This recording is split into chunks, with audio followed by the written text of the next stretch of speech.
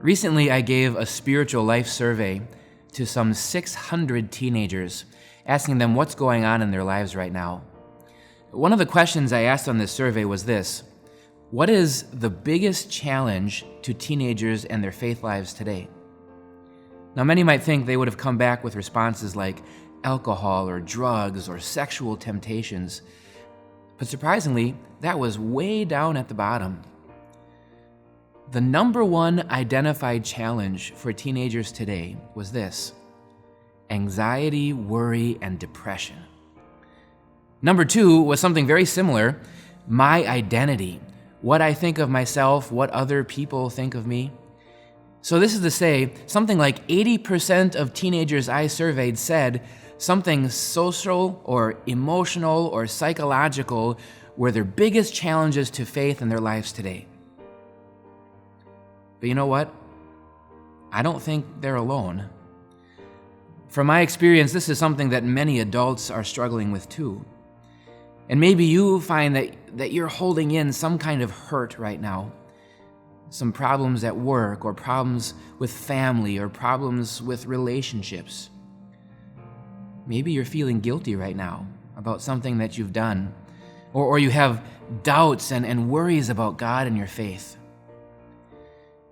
When we have emotional stress, when our feelings hurt, these can bring great challenges to our faith.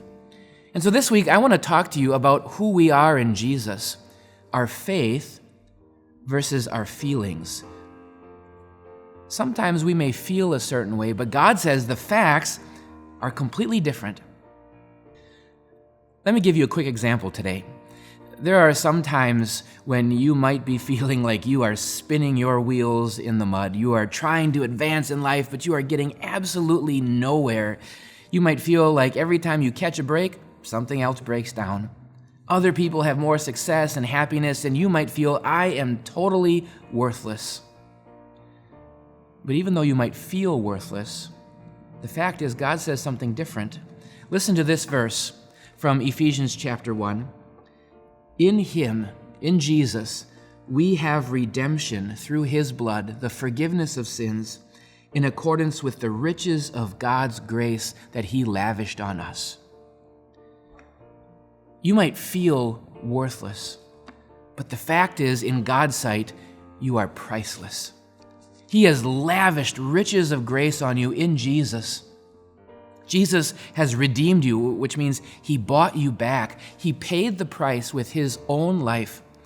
He paid your entrance fee to heaven.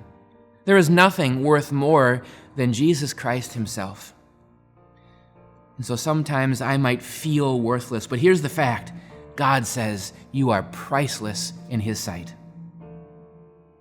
Have you had times when you felt so guilty or so worthless in God's sight before? And maybe there was a Bible verse that made you feel better, that made you feel precious in God's sight. Share that Bible verse with us. Wouldn't it be neat if we filled the comments below with Bible verses to encourage one another? Share one of those verses and then come back and we'll see you again tomorrow.